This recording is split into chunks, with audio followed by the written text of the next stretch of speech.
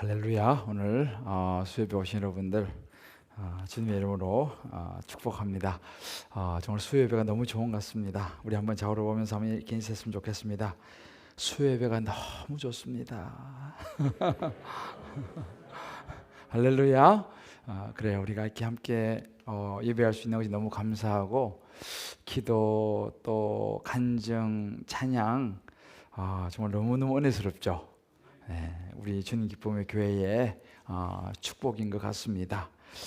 우리 또 김지혜 우리 집사님은 또 새벽에 와서 반주까지 또 하시고 쉽지 않은데 얼마나 감사한지 모르겠습니다. 아마 각 가정에서 또 예배 드리시는 모든 성도님들에게도 이 동일한 은혜가 이렇게 이제 흘러가게 되시기를 주님의 이름으로 축복합니다. 그 한 기사를 보니까 이제 이달 말 다음 달 초 정도 되면 위드 코로나로 뭐 이렇게 이제 정부가 갈 것 같다 뭐 그런 이제 이런 기사가 났더라고요. 이제 그렇게 되기를 또 이렇게 소망해 보고, 지난주 주일 예배 마치고 이제 나가는 한 분이 그러더라고요. 목사님, 저 앞으로 정말 꼭 현장 예배 와야겠어요. 이렇게 이제 이야기를 하는 걸 들었습니다. 그래서 오랜만에 오셨는데 너무 좋았다고.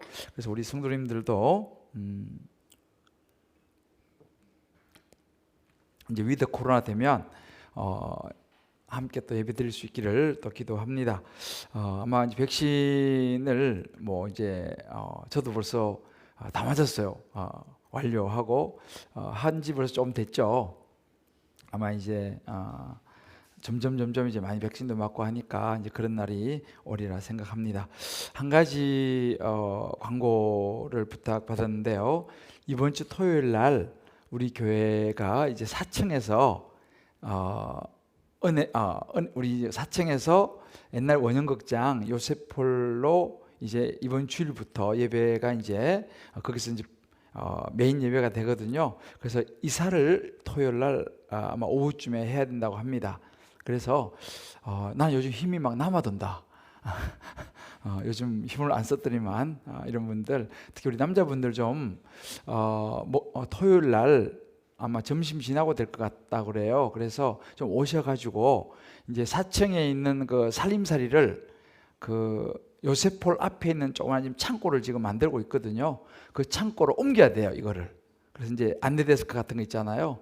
이제 안내 데스크도 옮기고 또 의자도 좀 옮겨 가야 되고, 그래서 이제 4층에 있는 그 주일날 안내 관련된 그런 부분들을 옮겨 가야 합니다. 그래서 우리 남자분들이 꼭 좀 시간 되시는 분들은 오셔서 토요일 날, 그래서 그 자세한 문의는 박진영 목사님한테 하시면은 정확한 시간과 아마 알려드릴 텐데요. 오늘 뭐 가시다가 저에게도 연락 주세요. 그러면 이제 몇 시에 나가면 연락이 가리라 생각합니다. 그래서 진행부에서 이제 의자 까신 분들이 몇 분 오시는데 그분들만으로는 부족하다 그래요. 그래서 여러분들 이번 주 토요일 날 오후에 조금 시간 되시는 분들은 뭐 여자분들도 괜찮습니다. 여자분들 요즘 힘 더 세신 분들도 많으니까 그러니까 하여튼 시간 되신 분들은 오셔서 이사를 하는데 좀 같이 도와주시면 감사하겠다고 광고 부탁을 받았습니다. 참 좋은 일입니다. 제가 오늘 그 우리 요셉홀 가보지는 못했는데 사진으로 이렇게 봤거든요. 이제 요셉홀 그 우리 본당에는 앞에 우리 그 뭐라 그러죠? LED라 그러나요?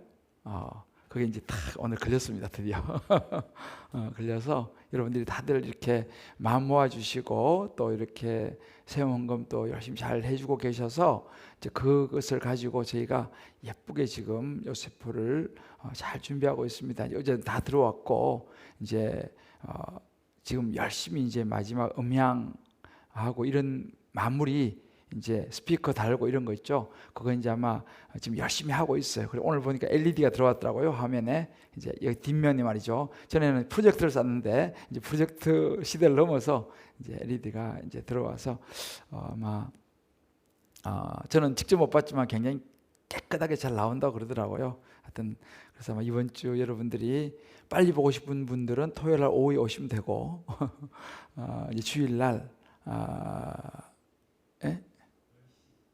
10시요? 오전 10시요? 아, 그렇습니까? 사이 시간이 나왔습니다. 오전 10시. 그래서 할렐루야.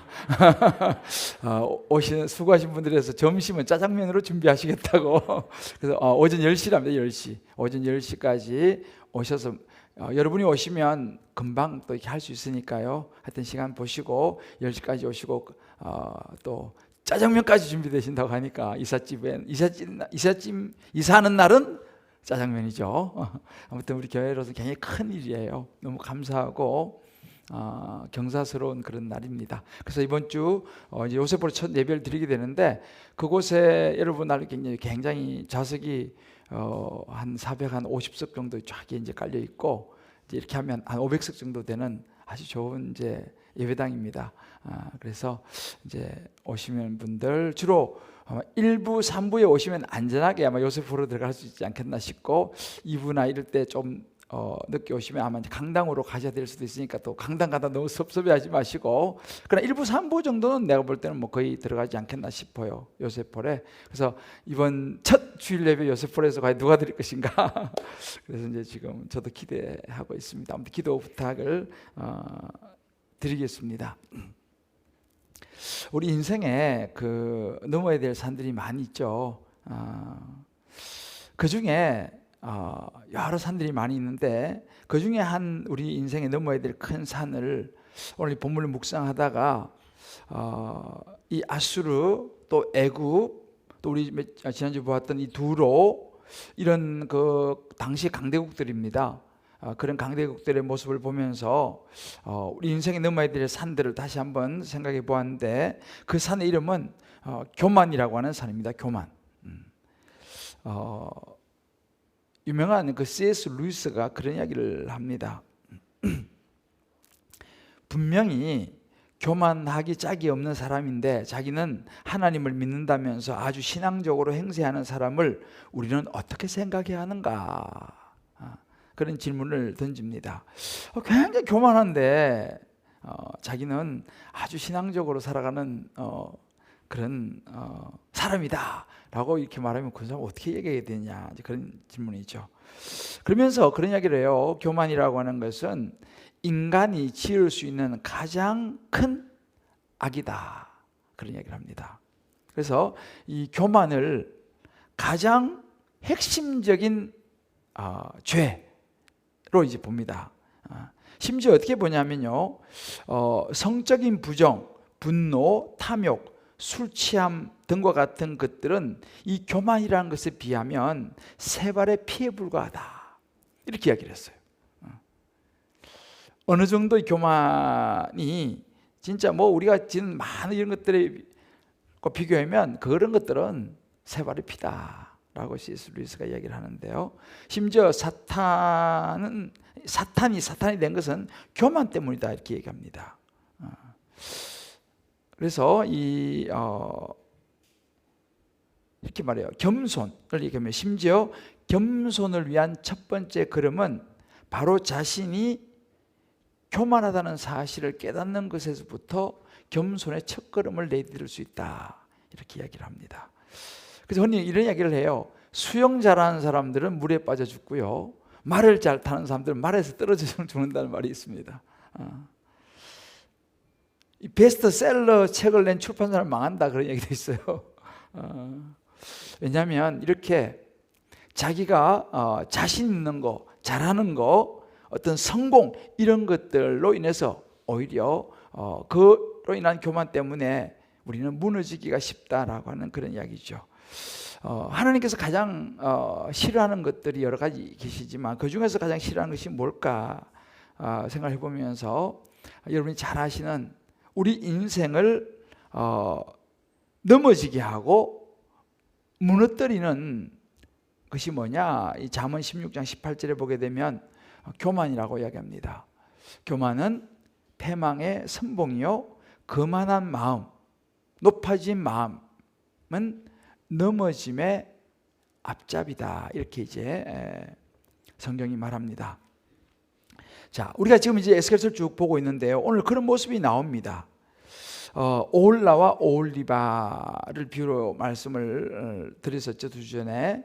북이스라엘과 남유다, 주변에 있는 아수르와 애굽, 바벨론 큰 나라들의 그 힘과 권력, 어떤 외모의 준수함을 따라가다가 결국 하나님의 심판을 이제 받게 되는 그런 에스겔서에 나온 말씀을 나누는데요. 그러다 보니까 이제 이 아수르라든지 애굽이라든지 이런 나라들이 점점 더 강성해졌습니다. 점점 더 전성기를 맞이를 하게 되면서 역시 예외 없는 교만의 길로 이 나라들이 이제 가게 되죠. 그런 교만의 길로 가는 아수르, 애굽 이런 교만을 하나님은 그냥 두지 않으시고 심판하십니다. 그게 이제 오늘 우리가 보고 있는 이 말씀인데요. 이제 이런 것들 가만히 보면요, 어찌 보면 저와 여러분 우리 안에 있는 이 교만의 모습과 이 나라들이 지금 행하는 교만의 모습이 비슷하다는 것을 우리가 알 수 있습니다. 왜냐하면 수천 년이 흘러도 인간의 본성은 크게 다르지 않아요. 2000년 전이나 예수님 당시나 이 당시 이렇게 2600년, 3000년 전 이런 당시에 에스겔 시대나 우리나 인간의 이 안에 있는 죄의 본성은 크게 다르지 않기 때문에 그렇습니다. 그러니까 그 교만의 모습도 크게 다르지 않다라는 것을 우리에게 보여주죠. 자, 그러면 오늘 제가 여러분들에게 좀 나누려고 하는 것은 뭐냐면, 이런 교만이 어떤 통로를 통해서 우리에게 들어오는가라는 것입니다. 이걸 이제 알아야 되죠. 그죠? 우리 옛날에 보면 이 쥐구멍을 발견하면 쥐구멍을 막지 않습니까? 찾아가지고, 그죠? 교만이 우리 안에 들어오는 통로가 있는데 그걸 우리가 잘 알아야지 그 통로를 막아버리는 거죠. 그럼 못 들어오는 거죠. 차단해버렸으니까. 그래서 우리가 이제 그런 부분들을 좀 한번 살펴보면서 이 교만이라고 하는 이런 하나님이 싫어하시고 우리 인생을 넘어뜨리는 이 교만을 경계하고 또 미리 차단하고 또 내 안에 올라오는 것들을 잘 가지치기 함으로 인해서 저와 여러분의 삶이 이런 아수르와 애굽 같은 이런 나라와 같이 심판과 멸망으로 가지 아니하고 하나님의 인도하심을 받아서 정말 복 있는 사람의 길로 갈 수 있게 되기를 주님의 이름으로 축복합니다.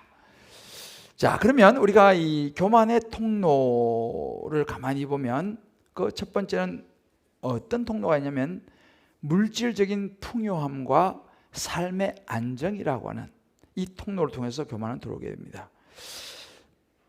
지금 에스겔서에서 지금 이제 이 북이스라엘 오홀라와 남유다 오홀리바를 이렇게 이제 무너뜨리는 때 쓰임을 받았던 이 나라들, 우리 제가 지난번에 두로에 대해서 나누었죠.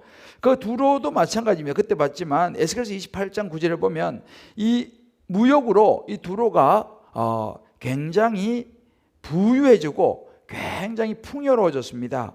그러면서 심지어 나는 신이라 이렇게 말합니다. 나는 신이라. 그 스스로를 자랑을 해요. 그러니까 너무너무 모든 물질이 풍요로워지고 삶이 다 안정이 되니까 어디까지 올라갔냐면 내가 신이다라고 이야기하기 시작했습니다. 그런 이 둘을 향해서 말씀하시죠. 내가 너를 죽이는 자 앞에서도 내가 하나님이라고 말하겠느냐? 너를 치는 자들 앞에서 사람일 뿐이요 신이 아니라 하나님께서 딱 말씀하시죠. 스스로를 신이라고 말하는 그들을 향해서 하나님께서 분명히 경고하십니다. 너가 신이라고, 너가 하나님이라고, 너가 부끄럽게 죽임을 맞는, 너가 죽는 모습을 보는 사람들 앞에서도 네가 하나님이라고 말할 수 있겠느냐? 네가 사람일 뿐이라는 것을 너가 알게 될 것이다 라고 하나님께서 말씀하시죠. 그러니까 한순간에 무너질 것이다. 너의 그 모든 경제적인 풍요로움과 물질의 풍요함, 이 모든 것, 모든 삶의 안정들이 너로 하여금 스스로 신이라고 말할 정도로 교만하게 만들어버렸는데 그것이 한순간에 무너질 것이다 라고 말씀하십니다. 자, 그러면 어느 정도로 교만하냐? 그죠? 그 물질의 풍요로움으로 인해서 얼마만큼 교만하냐. 이게 이제 오늘 본문 읽어보면 이 아수르의 교만을요, 에스겔서 31장 10절에는 이렇게 이야기합니다. 그러므로 주 여호와께서 이렇게 이같이 말씀하시니라. 그의 키가 크고 꼭대기가 구름에 닿아서 높이 솟아났으므로, 지금 이 아수르를 이야기합니다. 이 아수르의 키가 크고 꼭대기가 구름에 닿아서 높이 솟았으므로 마음이 교만하였은적이라고 말합니다. 그 교만함으로 인해서 이렇게 하늘을 찌르는 거죠. 키가 구름에 닿을 정도로 말이죠. 높이 솟아났으니 얼마나 그 마음이 교만하냐라고 이야기를 합니다. 그래서 하나님께서 그런 교만함으로 인해서 주변의 여러 나라의 능한 자를 사용하셔서 아수르를 쫓아내시겠다라고 말씀하십니다. 그것으로 끝나는 것이 아니라, 쫓아내는 것으로 끝나는 것이 아니라 주변의 여러 나라 포악한 다른 민족들로 하여금 이 나무, 이게 나무라고 표현하는데 이 아수르를 이야기합니다. 이 나무를 찍어버려서 가지와 굵은 가지 모두 떨어지고 꺾여서 그 그늘 아래 있던 세상 모든 백성, 그 아수르라고 하는 그 강대국 나라 밑에서 이렇게 좀 빌붙어 가지고 이렇게 사는 그런 세상 모든 백성들이 아수르 그를 버리고 떠났다 라고 말씀하십니다. 이게 당시에 그 아수르의 이 또 애굽의 부귀 영화였습니다. 얼마나 정말 모든 주변 나라들이, 그러니까 보세요. 북이스라엘이 막 사모해가지고, 그죠? 남유다가 막 사모해가지고, 왜? 힘이 너무 세고 외모가 너무 준수하고, 야, 저 남자만 만나면, 저 나라하고만 우리 같이 있으면 우리는 뭐 너무 행복할 거야 라고 생각해서 따라갔던 그 모든 물질의 풍요와 모든 안정을 가지고 있었던 나라가 아수르와 애굽이었습니다. 그런 애굽이 하나님 앞에 그 마음의 교만함으로 꺾이는 일이, 심판을 받는 일이 일어납니다. 그러면서 14절에도 이렇게 얘기합니다. 이는 물가에 있는 모든 나무는 키가 크다고 교만하지 못하게 하며, 그죠? 물가에 있으니 얼마나 물도 잘 빨아먹고 나무가 잘 자라겠어요, 그죠? 그래서 그러나 키가 크다고 교만하지 못하게 하며 그 꼭대기가 구름에 닿지 못하게 하겠다는 거예요. 또 물을 마시는 모든 나무가 스스로 높아 서지 못하게 하겠다. 하나님께서 이렇게 말씀하시는 거예요. 키가 커서 교만하지 내가 못하게 하겠고, 꼭대기 구름에 닿지 못하게 하겠고, 물 마시는 모든 나무 스스로 높이 서지 못하게 내가 하겠다라고 심판을 얘기하십니다. 자, 여러분, 이 대목을 딱 읽으니까 좀 비슷하게 생각나는 성경 구절이나 성경 사건이 기억나는 분 없어요? 뭐가 기억나세요? 네. 어떤 생각이 나세요? 비슷한 게 있어요. 창세기에 있어요. 네. 창세기 11장 4절에 보면요, 이렇게 나와요. 창세기 11장 4절. 제가 읽어드릴게요. 그냥. 또 말하되, 자, 성읍과 탑을 건설하여 그 탑 꼭대기를 하늘에 닿게 하여 우리 이름을 내고 온 지변에 흩어짐을 면하자 라고 해요. 창세기에 보면 많은 그 사람들이 점점 물질적으로도 풍요로워지고 하니까 어떤 마음이 생기냐면요, 우리가 이 성읍에 탑을 쌓아가지고 탑 꼭대기가 하늘에 닿게 해서 우리 이름을 내고 우리가 온 지면에 흩어짐을 면하자라고 그들이 모의하고 생각해서, 창세기라서 좀 천천히 옵니다. 창세기 흩어짐을 면하자라고 비슷하지 않아요? 지금 이 아수르가 물가의 모든 나무가 커서 구름에 닿을 정도로 그들이 커서 교만해졌잖아요, 그죠? 그와 마찬가지로 인간들이 그러는 거예요. 탑 꼭대기를 하늘에 닿게 해서 우리 이름을 내고 우리 이름을 내고 온 지면에 흩어짐을 면하자. 이것이 인간입니다. 이것이 인간의 교만이죠. 하여튼 조금만 틈이 생기면 이렇게 자신을 드러내고 높아지고자 하는 인간의 모습. 하나님께 어떻게 하세요? 창세기 11장 9절에 보면 하나님이 그런 그들의 교만을 치십니다. 어떻게 해요? 언어를 혼잡게 해가지고 말이 안 통하게 해버리셨어요. 그러니까 공사가 안 되잖아요. 벽돌 그런데 막 바위를 던져버리고. 그러니까 이게 대화가 안 되니까 바벨탑이 그냥 거기서 멈춰버리고 삶이 다 흩어져 버리는 그런 심판을 창세기 11장은 우리에게 이야기를 해주고 있습니다. 참 우리가 이런 그 아수르의 그 모습을 보면서 참 우리 자신의 모습을 참 생각해 볼 수 있어요. 우리가 일이 잘 풀리면 예수를 잘 믿으면 얼마나 좋을까요? 그죠? 뭐 그런 분들도 많이 있죠. 그런데 인간은 저를 비롯해서 일이 잘 풀리면 참 하나님을 잘 믿기가 쉽질 않아요. 쉽질 않아요.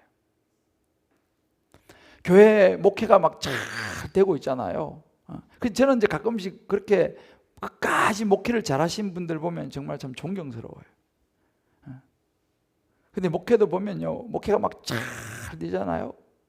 그러면 이 목사가 정말 겸손하기가 아주 쉽지 않은 것 같아요. 막 성도들이 막 몰려오고요. 교회도 막 크게 짓고요. 뭐 그러면은 이게 쉽지 않을 것 같아요. 그래서 하나님께서 저는 그렇게 교만할까봐 적당하게 인도하시는 것 같습니다.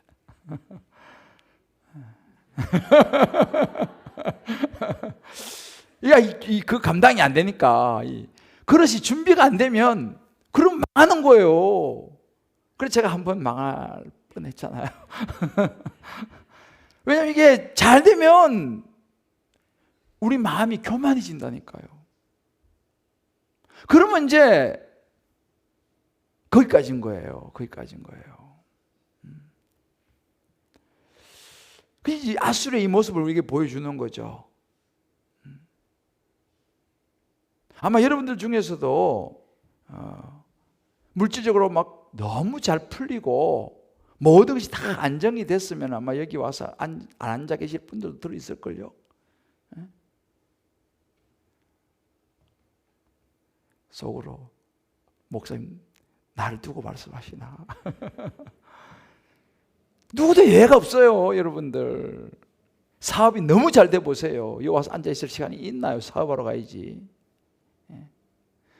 근데 그럼에도 불구하고 와서 예배를 드리는 분들은 그분들은 훌륭한 분들이에요. 물질적으로도 크게 걱정이 없고 생활도 상당히 안정이 되어 있고 이런 분들이 주님 앞에 늘 가까이 있는 분들은요, 그런 분들은 정말 멋진 신앙인이에요. 정말 훌륭한 분들이에요. 그런데 그것이 쉽지 않다는 거예요. 쉽지 않다는 거예요. 사업이 잘 되면 막 더 사업을 해야 되잖아요. 더 사업을 해야 되니까 하나님 앞에 나와 기도할 시간이 없어요. 생활이 뭐 너무 안정이 되잖아요. 그러면 주님께 꼭 나가가지고 주님 제가 이런 거 좀 필요한데 어떻게 좀 안 되겠습니까? 그런 기도할 필요가 없어요. 왜? 부족한 게 뭐 없는데 뭐 하나님 찾을 필요 뭐 있어요? 그러니까 삶이 안정되는 걸 저도 원하고 우리 모두 원하지만요, 조금 위험할 수 있어요. 그것이 감당이 되는 분들은 참 좋지만 감당이 안 되는 분들은 오히려 하나님하고 멀어질 가능성도 많아요. 자, 우리 자우를 이렇게 한번 주고 갑시다. 너무 풍족하지 않은 것이 은혜네요.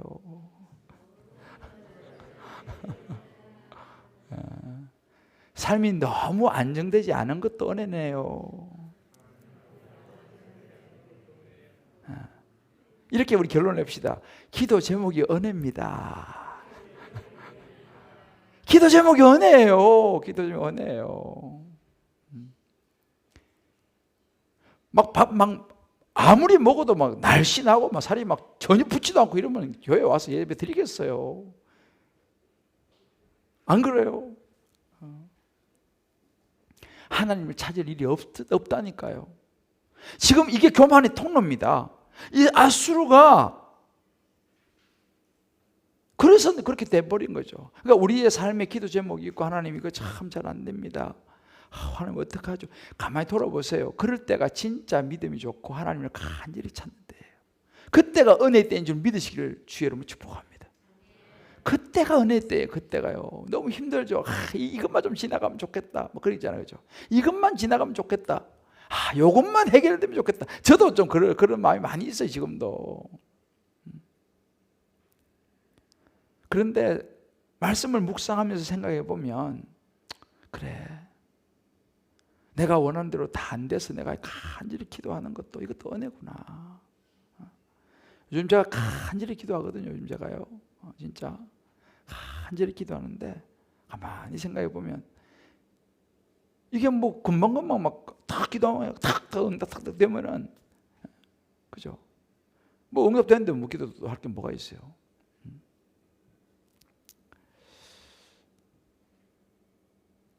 저와 여러분 모두 우리의 삶이 이 아수르를 보면서 물질적으로 풍요로워지고 삶이 안정이 되고 내가 원하는 것들이 잘 이루어질 때, 그때 우리는 조심해야 합니다. 그때 교만이 들어오는 거예요. 할렐루야. 자, 절 따라해 봅시다. 자다가도 교만 조심. 꺼진 교만도 다시 보자. 언제 또 올라온다니까 이게요. 그래서 기도하는 것이 은혜예요. 고린도서 10장 12절에 이런 말씀이 있습니다. 그런즉 선줄로 생각하는 자는 넘어질까 조심하라 그랬어요. 고린도전서 10장 12절 말씀이에요. 두 번째 교만이 들어오는 통로를 가만히 보면요, 우리의 어떤 지적인 능력입니다. 우리의 어떤 능력이에요. 물론 지적 능력도 있고 또 어떤 경제적인 능력도 있고, 이 능력에 대한 부분인데요, 오늘 이 아수르와 애굽의 교만을 가만히 보면요, 당시에 이 아수르와 애굽이 최고의 영광과 위대한 나라였거든요. 그러니까 어떤 교만이 올라왔냐면 학문적으로 문화적으로 자기들은 최고다라고 하는 교만이 올라왔어요. 여러분, 애굽이 있잖아요. 지금 이집트 아닙니까? 옛날에 이집트가 엄청났습니다. 지금 여러분 이집트 가보신 분 있죠? 저는 벌써 7년, 28년 전에 갔다 왔어요. 28년 전에 갔다 왔는데 벌써 세월이 거의 30년 다 돼가네, 그죠? 야, 정말 지저분해요.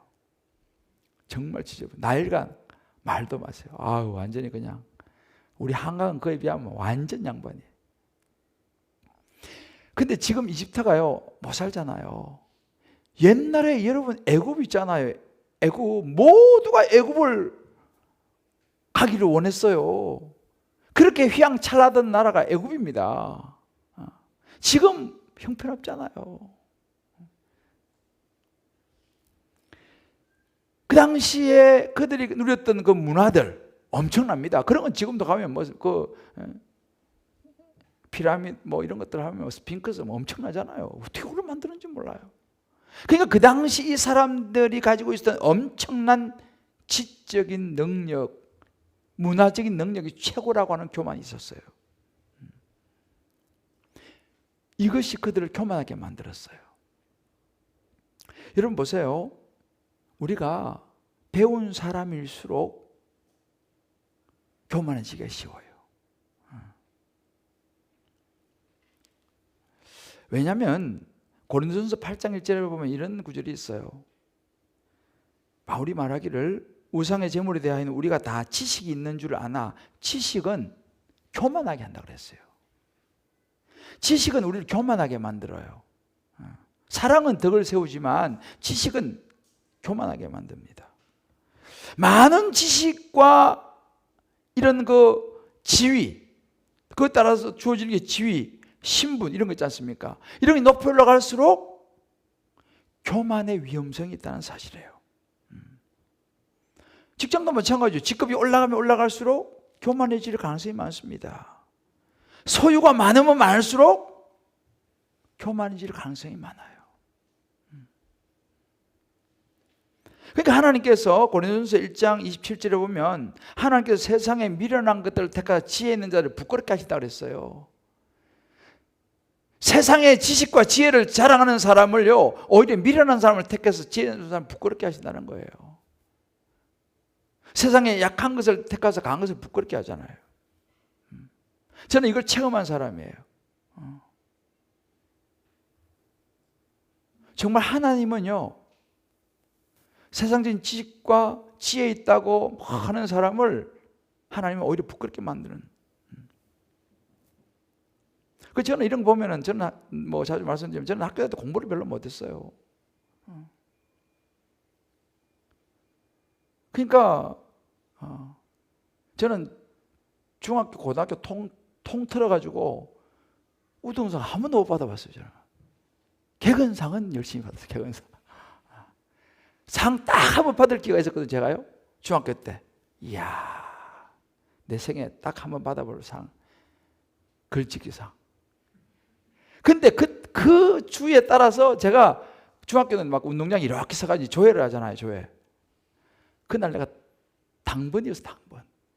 당번이면 최고로 좋은 거예요. 왜? 그 조회하러 안 나가잖아요. 물주인자 이렇게 딱 들어요. 교실에서 딱 드디어 오늘 당번이다. 저기 나가서 안 서 있어도 된다. 막 그래서 불쌍한 눈으로 막 쳐다보고 있는데 갑자기 김대조 부르는 거야. 와, 내 인생에 전교생 앞에 나서 상을 받을 수 있는 유일한 기회였는데, 그걸 내가 당번 엄청 좋아했는데 그걸 놓쳤다는 거 아니에요. 지금도 두고 후회가 돼요. 하필이면 그때 내가 당번이 걸릴 게 뭐예요. 그래 중학교 가다가 통틀어서 내가 딱 한 번 글짓기상 그때 나가서 받지를 못하고 말이지. 교실에 앉아가지고. 근데 세월이 지나면서 하나님께서 이렇게 저렇게 인도해 가시는 거예요. 이렇게 저렇게 인도해 가시는 거예요. 그러니까 그런 면이 어찌 보면은 저는 공부 못하는 사람 이해 엄청 잘해요. 저는 공부 못해서 이해를 엄청 잘합니다. 공부 못하시면 저를 찾아와요. 나 충분히 이해해요. 박형 집사님 같은 이런 분은 이해를 못해. 공부 못하는 게 뭐예요? 이런다니까. 공부 못하는 게 뭐예요? 어떻게 하면 공부를 못해요? 이런 집 자식들이 고생을 한다니까요. 엄마 아빠 공부 잘하는 사람들 자식들이 고생을 많이 해요. 왜? 공부 못하는 걸 이해를 못하니까. 그러면서 우리 집 아들 딸은요 엄청 행복하죠. 나는 충분히 이해하니까. 우리 아들이 초등학교 때 아빠 국어 하나 맞았어 5점. 휴야 하나 맞아. 그 다음번에 아빠 3개 15점. 우와 15점. 저는 충분히 이해를 합니다. 충분히. 우리가 있잖아요. 이 지적인 능력, 어떤 신분적인 능력 이런 것들이 우리를 교만하게 만들어요.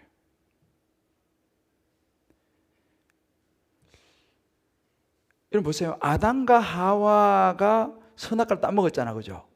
그런데 이 지적인 능력, 신분적인 능력, 어떤 지위적인 능력들이 가만히 보면요, 그 핵심에는, 교만의 핵심에 뭐가 있냐면요, 나라는 게 있어요. 야, 내가 이 정도야 하는 나라는 것이 핵심에 딱 자리 잡고 있습니다. 그래서 이 지적인 능력 이런 것들이, 이 사회적 능력 이런 것들이 되면요, 그 중심에 자기가 굉장히 강해요. 자기가. 특히 자수성가 하시는 분들 보세요. 고집 엄청납니다. 왜? 내가 이래도 자수성가했어. 근데 우리가 그 아담과 하와가 선악과를 따먹는 걸 가만히 보면요, 결국은 아담과 하와, 이 하와가 먼저 따먹었잖아요, 그죠? 이 안에는 교만이 있었어요. 교만의 핵심이 뭐예요? 내가 보기에 이겁니다. 근데 보세요, 우리 창세기 그 3장 6절에 보면요, 이런 구절이 있습니다. 여자가 그 나무를 본즉 먹음직도 하고 보암직도 하고 지혜롭게 할 만큼 탐스럽게다. 누가 봤습니까? 하와가 자기가 본 거예요. 자기의 기준으로, 자기의 눈으로 본 거예요. 주님께서 말씀하시기를 그건 보지도 말고 만지지도 마라. 분명히 주님께서 말씀하셨는데 주님 말씀은 제쳐놓고 자기의 눈으로 본 거예요.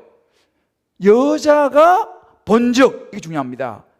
여자가 본즉, 하와가 자기 생각으로 그걸 본 거예요. 먹음직, 보암직, 저거 보면 정말 지혜롭게 되겠다라는 생각을 하는 거죠. 보세요, 교만의 시작은요, 결정권이 내게 오는 거예요. 내가 결정을 해요. 내가 보이는 눈으로 결정을 하는 거예요. 이게 교만의 시작입니다. 결국은 죄의 시작은 교만이죠. 이 하와가 하나님께서 말씀하신 것만 전적으로 따르고 하나님 말씀의 기준으로 봤으면은 지금 볼 것도 없어. 먹으면 정녕 죽으리라. 그 주님 말씀하셨는데 저건 보지도 마. 말씀이 그 안에 들어와 있었으면, 하나님이 그 중심에 있었으면 그렇게 했겠죠. 안 먹었겠죠.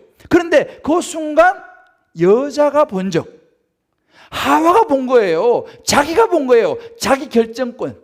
내가 결정하면 되지. 사단은요, 그 부분을 자극을 해요. 너가 결정해. 근데 이런 결정들이 어떤 사람이 쉽게는 뭐냐면 지적인 능력이 있는 사람들이에요. 쉽게 말하면 똑똑한 사람들, 사회적 지위가 있는 사람들, 신분적으로 어느 정도 레벨이 있는 사람들, 직급이 높은 사람들, 자기의 어떤 능력을 발휘하며 살아가는 사람들.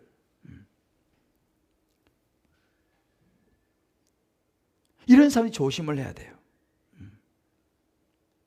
저도 사실은 제가 한 가지 좀 부끄러운 이야기지만은 어떤 경향이 좀 있냐면요, 이제 외국에서 공부를 좀 오래 하다 보니까 한국에 오니까 한국 책이 너무 좀 수준이 약한 거예요. 사실 그렇지도 않은데.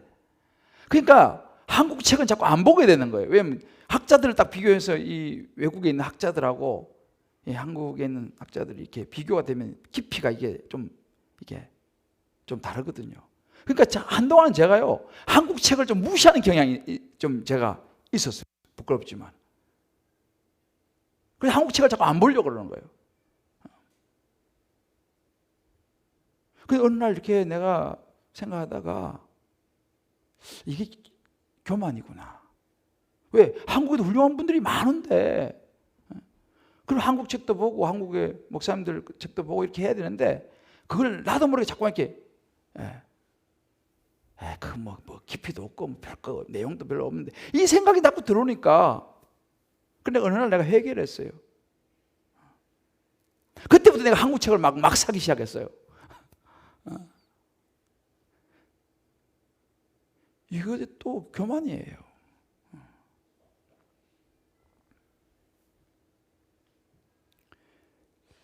우리가 한번 보세요. 각자 한번 생각해 보세요. 나는 하나님보다 내 생각이 앞서지 않는가 한번 생각해 봐야 돼요. 내가 지적으로 능력이 있다고 해서, 내가 똑똑하고 내가 사회적으로 그렇고 내가 지금까지 이룬 것이 있는데 뭐 하나님한테 구태여 뭐 내가 그냥 내 생각 많이 하고 하면 되지 라고 생각하는 경향이 없냐라는 거예요. 그 요즘 제가 하는 말이 뭐냐면요, 생각을 너무 많이 하지 말고 기도를 하라 그래요. 생각을 너무 많이 하면 자기 생각이 자꾸 들어와요. 우리는 하나님 뜻을 분별해야 되거든요. 하나님이 무엇을 원하시는가 그걸 자꾸 찾아야 되는데, 이게 미묘하긴 하죠. 내 생각이 하나님 뜻을 구하는 것도 내 생각 속에 들어있으니까 이게 미묘하긴 한데, 생각은 좀 멈추고 하나님의 뜻을 구해야 되는 거예요. 자기 생각을 자꾸 따라가는 사람들, 그게 교만이에요. 하나님 말씀도 내가 적절하게 재단하는 거죠. 요거는 이거 괜찮네요. 요건 받아들이고 이건 좀 아닌 것 같아. 걸러내고. 순종도 마찬가지예요. 그냥 말씀에 따라 순종해야 되는데 내가 그냥 갈아내는 거예요. 요거는 괜찮아, 순종하고 요건 좀 아니야. 그러니까 내가 하나님 자리에 들어가는 거 아니겠습니까?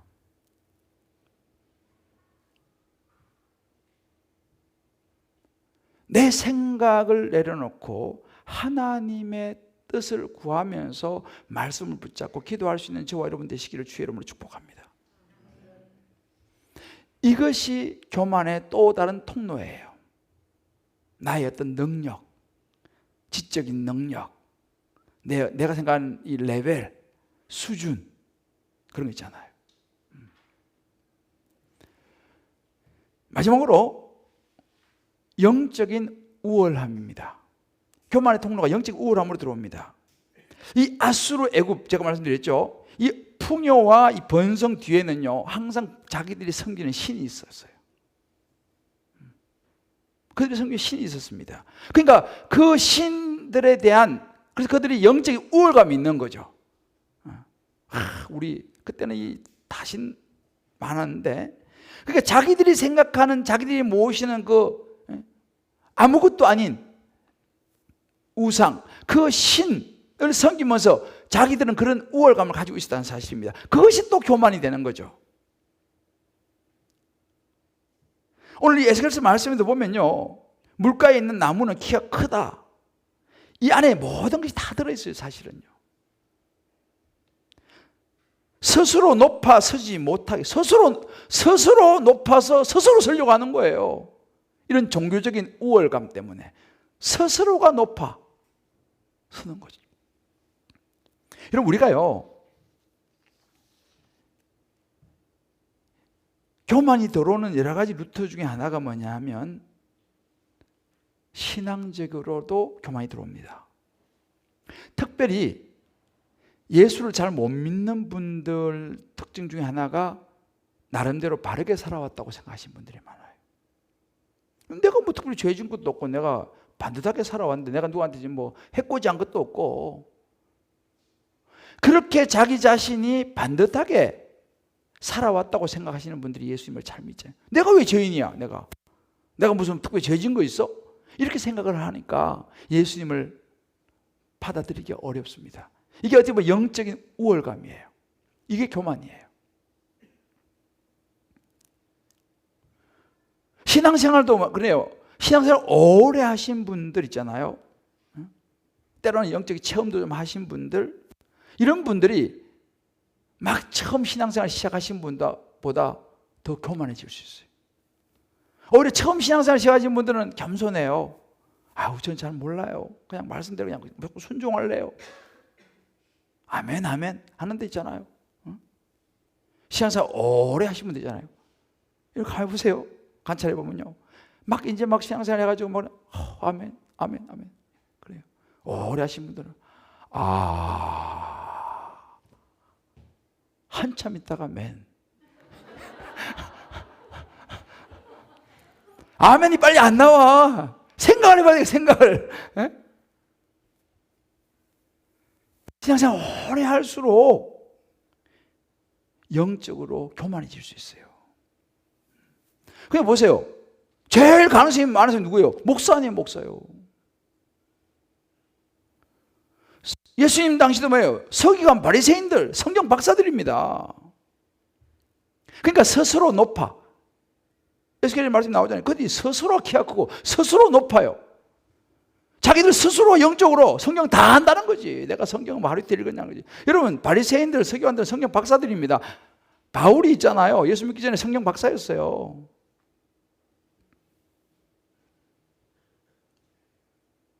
영적으로 우리가 그건 뭐 내가 다 아는 이야기인데, 내가 지금 뭐 신앙생활 하루 이틀 해.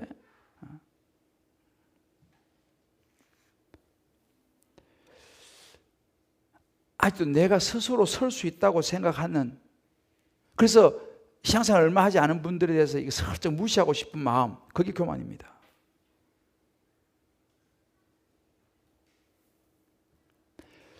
훈련, 양육도 마찬가지예요. 아유, 양육받고 좀 훈련 좀 받으셔야죠. 아이고, 목사님 옛날에 다 했어요. 다 했어. 제가 옛날에요, 안 해본 성경 공부가 없어요. 그렇게 말해요. 문제는 안 해본 성경 공부가 없는데 보면 예수님을 잘 알지를 못해. 지식이냐 믿음이냐는 거예요.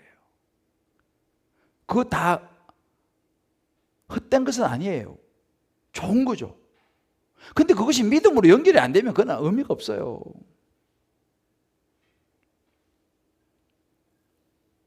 제가 간증을 하나 읽어드리고 말씀을 좀 마무리할게요.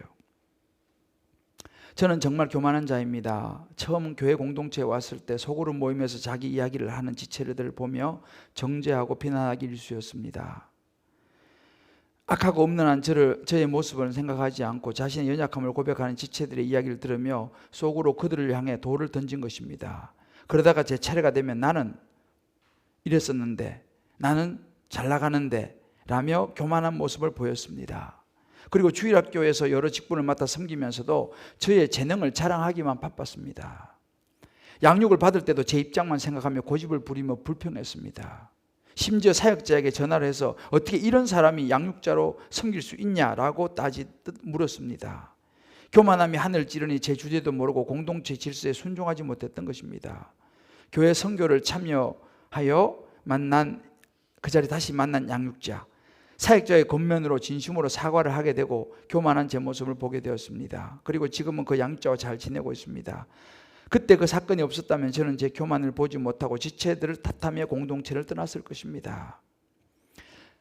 그럼에도 여전히 고집부리며 주변 사람들을 힘들게 하고 상처 줄 때가 있습니다. 하지만 그럴 때마다 교만함으로 행한 지난 날을 생각하며 공동체의 저의 죄와 부족함을 겸손히 고백하며 가고 있습니다. 앞으로도 오늘의 말씀과 지난날의 사건을 기억하며 주님 앞에 겸손히 회개하는 자가 되기를 간절히 소망합니다. 우리의 모습 아니겠어요? 이것이 우리 인생에 넘어서야 될 산이에요. 교만이라는 산. 누구도 예외가 없어요. 이렇게 지금 설교를 하고 있는 저 역시 마찬가지로 늘 조심하는 것이 이 교만입니다. 앞으로도 계속 조심해야 되는 게 교만이. 조금만 된다 싶으면요, 기도가 안 됐다니까요. 조금만 뭐가 좀 일이 잘 풀린다 그러면 마음이 느슨해져 버려요. 그 참 이게 우리 안에 있는 이 교만의 뿌리가 있어서 그래요.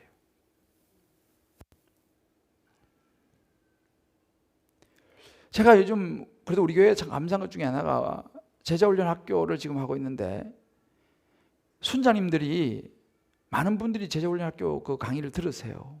그분들 그거 옛날에 다 한 거거든요.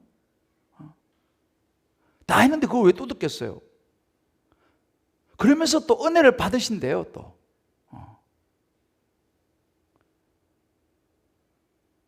그게 은혜야. 내가 볼 때 그게 은혜야. 근데 제가 볼 때는요, 그런 분들 하나님 기뻐하실 거예요. 왜요? 저는요, 제자훈련 그 교재 가지고 제가 벌써 한 17년째 제자훈련을 하고 있잖아요. 그 책을 가지고 내가 몇 번 제가 제자훈련 했겠어요. 그 책 가지고. 똑같은 책 가지고 제가. 전에는 1년에 똑같은 책 가지고 몇 반, 서너 반, 너댓 반 할 때도요.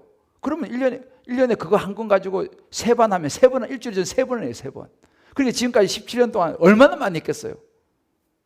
그런데 지금도 저는, 자 이번 주도 교육자님 그랬어요. 저는요, 제자훈련 학교 하면 그 교재 또 다시 미리 보잖아요. 보면서 자 마치 저는 처음 보는 것 같아. 17년 동안 수십 번 그거 가지고 저는 가르쳤잖아요. 가르쳤는데도 또 보면 또 새로워요. 또 은혜가 돼요. 오늘 나는요, 사랑에 대해서 강의하면서 제가 은혜 엄청 받았어요. 저 혼자만 은혜 받은지 모르겠지만 저는 오늘 은혜 엄청 받았어요. 아, 그렇지. 사랑이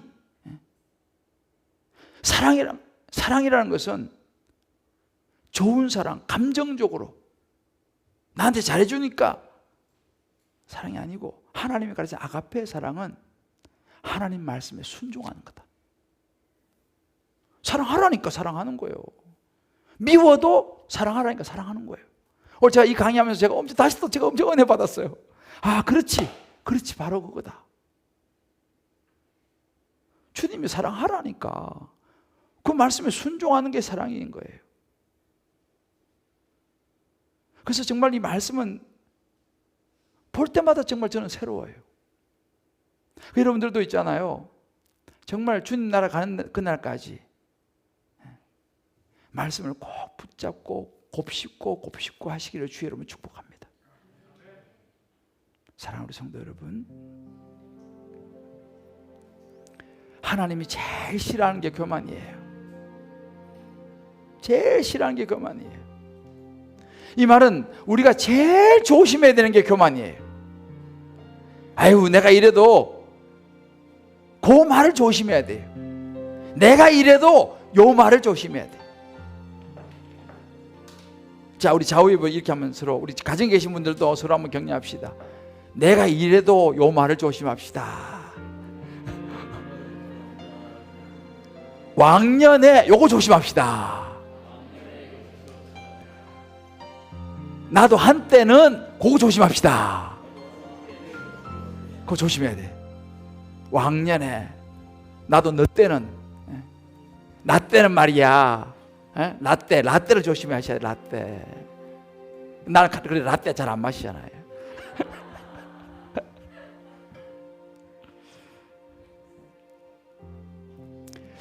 되었다함이 없는 인생인 것을 저와 여러분 잊지 않으시기를 주의 이름으로 축복합니다. 오늘 이 찬송, 낮의 해처럼 밤의 달처럼 그렇게 살 수 없을까? 제가 참 좋아하는 찬양인데요. 욕심도 없이 어두운 세상 빛이요 온전히 남을 위해 살듯이 나의 일생의 꿈이 있다면 이 땅의 빛과 소금 되어 가난한 영혼 지친 영혼을 주님께 인도하고픈데, 나의 욕심이, 나의 못난 자아가, 이 교만이 언제나 커다란 짐 되어